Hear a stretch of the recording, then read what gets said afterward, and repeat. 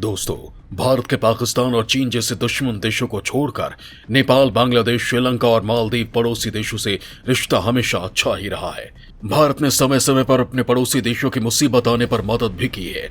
हाल ही में जब श्रीलंका में महंगाई के कारण भुखमरी के हालात पैदा हो गए थे, तो भारत ने श्रीलंका को राशन देने के साथ साथ डीजल पेट्रोल की खेप भेजकर मदद की थी, जिसे लेकर कहा गया कि एक बड़े भाई ने छोटे भाई की मदद करके अपना फर्ज निभाया है। भारत इन सभी देशों की हमेशा मुसीबत आने पर राशन पानी देकर मदद करता है। वैसे दोस्तों, अगर श्रीलंका की बात करें तो उसके और भारत के रिश्ते सदियों पुराने हैं और सालों से दोनों के रिश्ते काफी अच्छे रहे हैं। लेकिन इन दिनों भारत में एक द्वीप की चर्चा होने लगी है, जिससे दोनों के रिश्तों पर प्रभाव पड़ रहा है। भारत के दक्षिणी छोर और श्रीलंका के बीच एक छोटा सा जमीन का टुकड़ा है, जिसे लेकर काफी विवाद खड़ा हो गया है। इस जगह को कच्चा तीवू द्वीप कहा जाता है, जिसे भारत ने श्रीलंका को उपहार के तौर पर दे दिया था। लेकिन अब इस द्वीप को श्रीलंका से वापस लेने की मांग उठ रही है। ये द्वीप भारत और श्रीलंका के बीच मछुआरों को लेकर मुद्दा बन गया है। इस द्वीप को लेकर अक्सर ये खबरें आने लगी हैं कि श्रीलंका नेवी ने भारतीय मछुआरों को गिरफ्तार कर लिया है या फिर इन भारतीय मछुआरों पर हमला किया गया। बार बार बढ़ते इन मामलों से भारत में राजनीति गर्मा गई है और जिसे लेकर ये सवाल उठने लगे हैं कि भारत इस कच्चा तीवी द्वीप को वापस क्यों नहीं लेता है। लेकिन दोस्तों, यहाँ सवाल ये भी आता है कि आखिर ये मामला है क्या, क्यों भारत इसे वापस चाहता है और क्या वजह कि बार बार भारतीय मछुआरों पर हमला किया जाता है। दोस्तों, मैं आपको इस वीडियो में इस मामले की पूरी जानकारी दूंगा, जिसके लिए आपको ये वीडियो अंत तक देखना होगा। तो आइए समझते हैं कि ये द्वीप क्यों भारत के लिए इतना महत्वपूर्ण है। दोस्तों, श्रीलंका और रामेश्वरम के बीच ये कच्चा तीवू द्वीप स्थित है। कच्चा तीवू पाक जलडमरू मध्य में समुद्र तट से दूर निर्जन द्वीप है। बताया जाता है कि 14वीं शताब्दी में ज्वालामुखी विस्फोट के कारण इस द्वीप का निर्माण हुआ था। ब्रिटिश शासन के दौरान इस द्वीप की 285 एकड़ भूमि का भारत और श्रीलंका संयुक्त रूप से इस्तेमाल करते थे। पारंपरिक रूप से श्रीलंका के तमिलों और तमिलनाडु के मछुआरे इसका इस्तेमाल करते थे। कच्चा तीवू द्वीप रामनाथपुरम के राजा के अधीन हुआ करता था और बाद में मद्रास प्रेसिडेंसी का हिस्सा बना। रामनाथ ने यहाँ एक चर्च का निर्माण भी करवाया था। तमिलनाडु के मछुआरे दशकों से यहाँ मछली पकड़ने और जाल सुखाने आते रहे हैं। हालांकि 1920 के आसपास मद्रास प्रांत और तत्कालीन सीलोन सरकार के प्रतिनिधियों के बीच बातचीत में सीलोन ने कच्चा तीवू पर अपना अधिकार जताया था। लेकिन दोनों देशों की आजादी के बाद से सालों तक ये मुद्दा प्रमुखता से कहीं नहीं उठा। कच्चा तीवू सरकारी दस्तावेजों में भारत का हिस्सा बना रहा और यह स्थिति 1974 तक कायम रही। दोनों देशों के मछुआरे काफी समय से बिना किसी विवाद के एक दूसरे के जल क्षेत्र में मछली पकड़ते रहे।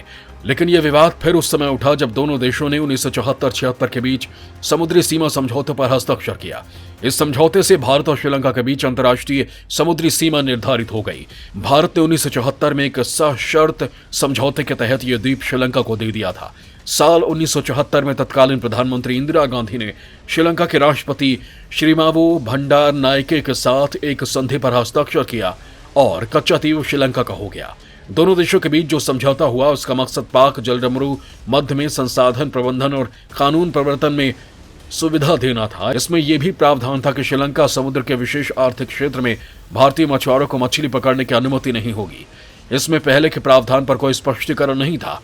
इस समझौते के तहत अब भारतीय मछुआरों को केवल यह अनुमति थी कि वो यहां आराम करने, नेट को सुखाने और सालाना सेंट एंथोनी फेस्टिवल में शामिल होने की अनुमति थी। इन्हें इस द्वीप पर मछली पकड़ने की इजाजत नहीं थी। हालांकि भारतीय मछुआरे बेहतर क्षेत्र की खोज में श्रीलंका के जल क्षेत्र में जाते रहे। इस समझौते के बाद भी तमिलनाडु के मछुआरे कच्चा तीवू के आसपास मछली पकड़ने का काम करते रहे।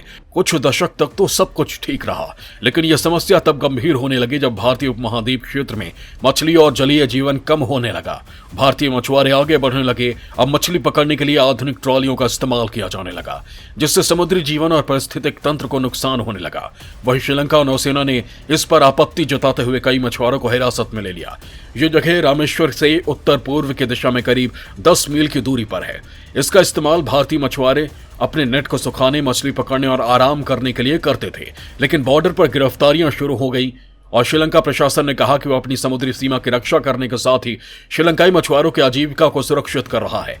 LTTE के समय श्रीलंका सरकार ने अपने मछुआरों को सैन्य ऑपरेशन के चलते जल क्षेत्र में जाने से रोका था। 2009 में श्रीलंका के पास स्ट्रेट में समुद्री सीमा की कड़ी निगरानी शुरू कर दी। उनकी मंशा ये थी कि तमिल विद्रोही देश में वापस न लौट सके। 2010 में युद्ध खत्म होने के बाद श्रीलंका मछुआरे फिर से क्षेत्र में आवाजाही करने लगे और इस भूभाग पर दावा ठोक दिया, लेकिन तमिलनाडु इस समझौते पर राजी नहीं था। 1991 में तमिलनाडु विधानसभा ने प्रस्ताव पास किया और इस द्वीप को वापस लेने की मांग की गई। 2008 में तत्कालीन सीएम जयललिता ने केंद्र को सुप्रीम कोर्ट में खड़ा कर दिया और कच्चातीवू द्वीप को लेकर हुए समझौते को अमान्य घोषित करने की अपील की। उन्होंने कहा कि श्रीलंका को कच्चातीवू गिफ्ट में देना असंवैधानिक है। इसके बाद से ये मामला दोनों देशों में चर्चा का विषय बना हुआ है। इस मामले को लेकर उच्च सदन में कहा कि 1974 में द्वीपीय देश श्रीलंका के साथ समझौता कर कच्चातीवू द्वीप उसे देने के बाद से तमिलनाडु के मछुआरों का भविष्य दांव पर रख गया। आए दिन श्रीलंका की नौसेना अपने जल क्षेत्र में मछली पकड़ने का आरोप लगाते हुए तमिलनाडु के मछुआरों को पकड़ लेती है, उनके साथ मारपीट करती है और उनकी नौकाएं जब्त कर लेती है। मछुआरों का कहना है कि कच्चातीवू द्वीप में मछली पकड़ना तमिलनाडु के मछुआरों का परंपरागत अधिकार है, लेकिन समझौते की वजह से उनके इस अधिकार का हनन हो रहा है। तमिलनाडु की सरकारों ने इस संबंध में कई बार केंद्र सरकार को पत्र लिखा, लेकिन कुछ नहीं हुआ। सूत्रों के मुताबिक 2014 से लगभग 300 भारतीय मछली पकड़ने वाली नौकाओं को श्रीलंका ने पकड़ लिया था और लगभग 150 को छोड़ दिया गया था और 35 नौकाओं को वापस ले लिया गया था। लंबे समय तक बर्थिक के कारण और प्रकृति की अनियमितताओं के कारण विभिन्न श्रीलंकाई बंदरगाहों में खड़ी तमिलनाडु की नौकाओं को बचाया नहीं जा सका, जिसके परिणाम स्वरूप तमिलनाडु के मछुआरों को आजीविका का स्थायी नुकसान हुआ।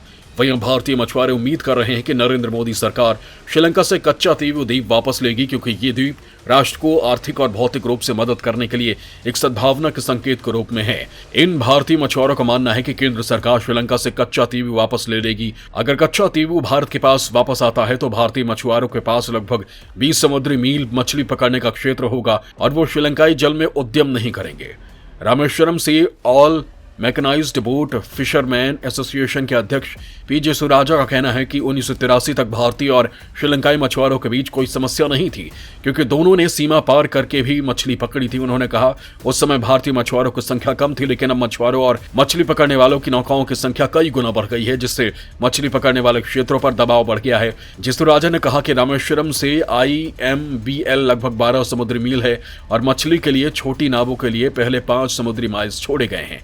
5 से 8 समुद्री माइल्स के बीच का क्षेत्र चट्टानी है और यहां मछली पकड़ने के जाल नहीं बिछाए जा सकते। रामेश्वरम तट से केवल 8 से 12 समुद्री माइल के बीच लगभग 1500 मशीनीकृत नौकाओं द्वारा मत्स्य पालन किया जा सकता है। इसके परिणाम स्वरूप मछली पकड़ने और मछुआरों पर जानबूझकर या अनजाने में IMBL पार करने का दबाव हुआ, जिसके परिणाम स्वरूप श्रीलंकाई नौसेना उनकी गिरफ्तारी कर लेती है, जिससे मछुआरों का जीवन संकट में पड़ने लगा है। तमिलनाडु भाजपा मछुआरा प्रकोष्ठ के अध्यक्ष S सतीश कुमार ने IANS से कहा कि अगर श्रीलंका द्वारा कच्चातीवू को भारत वापस लौटाया जाता है तो एक स्वागत योग्य कदम होगा और मछुआरों की समस्या का समाधान हो जाएगा। इसके साथ ही कई तर्क दिए जा रहे हैं कि कोई भी अंतर्राष्ट्रीय समझौता संबंधित देश के हितों पर आधारित होता है। अगर इंदिरा सरकार के समय हुए समझौते से भारतीयों को नुकसान हो रहा है तो उस डील को तोड़ देना चाहिए। ये क्षेत्र भले ही करीब 1.15 वर्ग किलोमीटर का हो, लेकिन यह भारतीयों के हितों के लिहाज से काफी कीमती है। प्रधानमंत्री मोदी से यह भी आग्रह किया गया कि भारत सरकार दोनों देशों के मछुआरों के बीच मछुआरों के स्तर की वार्ता की व्यवस्था कर सकती है। वैसे अगर बात की जाए तो कई भारत के प्रधानमंत्री और तमिलनाडु के मुख्यमंत्री आए और चले गए, लेकिन दोनों के बीच ये मामला उलझा ही रहा है। वहीं देखना होगा कि प्रधानमंत्री नरेंद्र मोदी क्या इस कच्चातीवू द्वीप को वापस भारत को दे पाते हैं या सालों से चल रहा ये मामला ऐसे ही आगे सरकता नजर आएगा।